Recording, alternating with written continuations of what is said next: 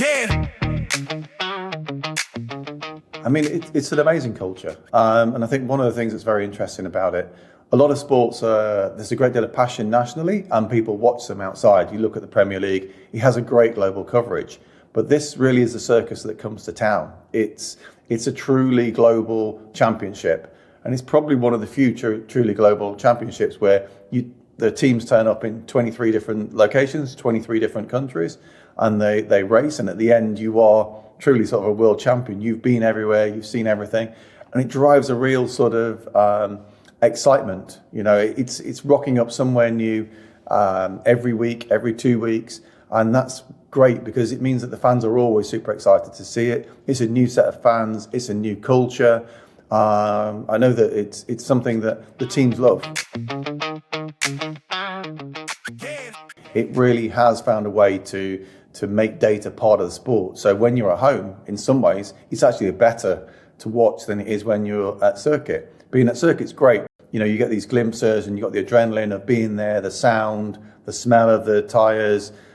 It's a great experience, but when you watch it on TV and you can get all the insights in terms of tyre degradation, in terms of, you know, the battles that are going on, you can see every single key moment. So it's one of the sports, and it's unusual that it's sort of better to consume digitally. And the digital insights that are now being provided by the likes of AWS really are taking it to a new level. And it's what has sort of helped to engage a different, younger audience. You know, F1 traditionally, until probably around the pandemic time, had been very much a 50-year-old sport. 40s, 50s was probably the normal demographic. Now it's much younger. The drivers have become more pop star. There's a real shift in terms of the audience that it's engaging, and it really has managed to drive a growth in engagement at a very interesting, exciting time, and really embrace technology more than any other sport has.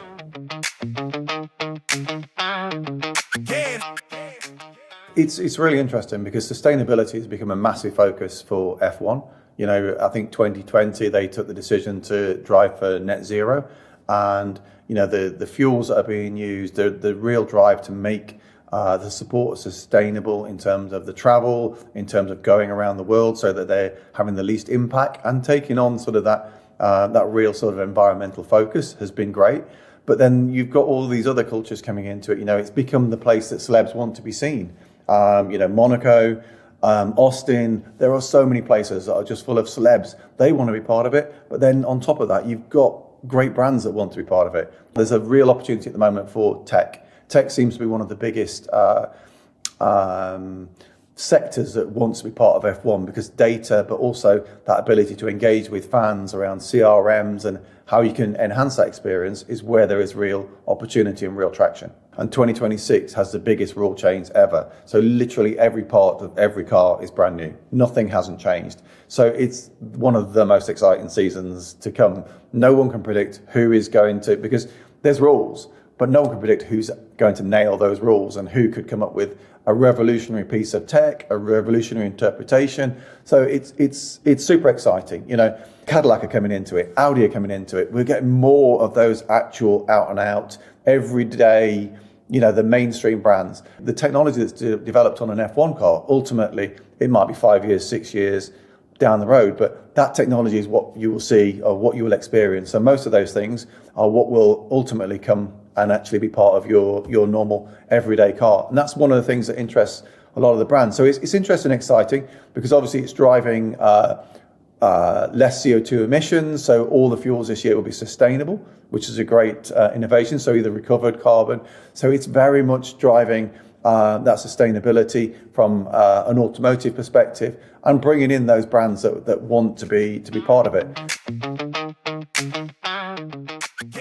I think the secret is having a reason to be there, to be honest with you. I look at the brands that have done really well, and you look at the likes of Petronas, who had a very long sponsorship with Mercedes in terms of the fuels and the lubricants. There's a reason to be there. They are sort of the headline sponsor, and they have a real purpose, and they have almost a philosophy and a desire to work with the F1 team. And then you've got the likes of AWS, where they're helping to shape the future of the sport, not only from a fan perspective in terms of driving fan engagement, bringing the data and bringing it to life in terms of the fans' experience, but they're also shaping the sport in terms of being sort of the F1 partner in terms of the design of the cars, the design of the direction of the sport. So that gives them a real purpose. And I think the key thing for those guys is the fact that what they're doing is they're really, they are bringing to life their brands through F1. So they're bringing their brand to life in a way that people maybe didn't understand who AWS were.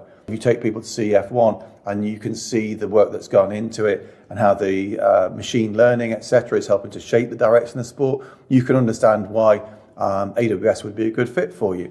I think where it's slightly more difficult is when you don't have that reason to be there. Some of the cryptocurrencies, the ones that have failed, cryptocurrency has not been something that's been super successful in F1 because it's hard to work out how you leverage that. How do you bring that to life? What is your reason to be there? And I think it's definitely the secret to that is the fact that you need to be authentic.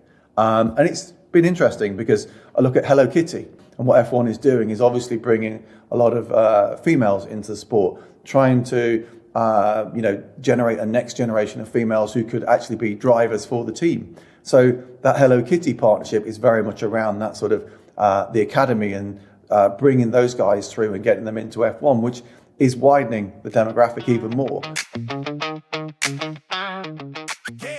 I think one of the key things that most brands are searching for is how do you make a deeper connection? How do you find a way that memory lives beyond just the day that you were there? So if you can somehow have something that people take away if you physically attend, and it then lives on with them and it lives with them and it is that thing that triggers your memory, that's a very successful way to engage with people. When I look at the partnerships that we work on with AWS, we give away pieces of art. And one of the reasons we give away pieces of art is because, it's something that is a memory, but it's something that is nice, you can fit on your desk in the office, and it's that memory continually of, oh, that was that great time that I went to F1 and, oh, they invited me. So it keeps that very favourable opinion.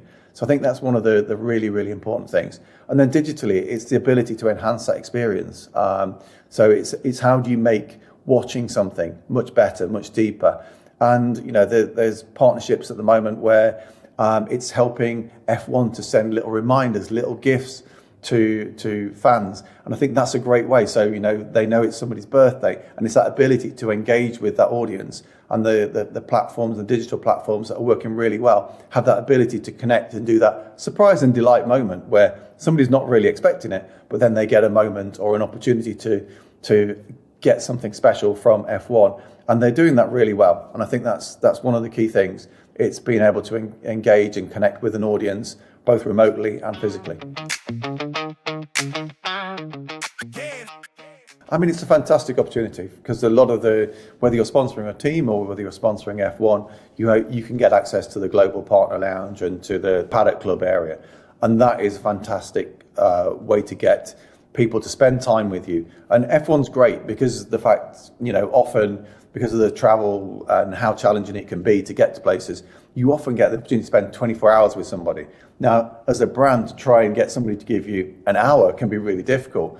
But as soon as you go, oh, it's F1, a lot of people are like, I'm in. Is it the weekend? And you're like, no, it's only one day. Oh, okay. But they're really excited. We're talking CEOs, C-suite, we're talking really very senior people who are so excited. And, if you invited them to 5 or 6 races, they would be there. You have a chance to build a relationship. You get to know about their families, about their interests, and you can really build a deep connection. And that deeper connection is obviously part of making a decision. Do I want to use A or do I want to use B? And often, I know it's the most overused, people buy people and people buy those relationships. So that ability to build those relationships is really crucial. That 24 hours that you have, that time of being in the paddock. And then obviously there is also the opportunity to walk along the pit walk, to spend time really close and to get that inside view. And it is awe-inspiring when you see the work and the detail and the perfection that goes into it. It's a sport that's driven around absolute marginal gains. 0.3 of a second is like a lifetime. They can sometimes cover the entire field on a lap. So, this is all about the most marginal gains. And that's what I think inspires these people. You know, they can see the level of perfection, the level of desire, and you can put them up close. And it's one of the reasons they literally love going.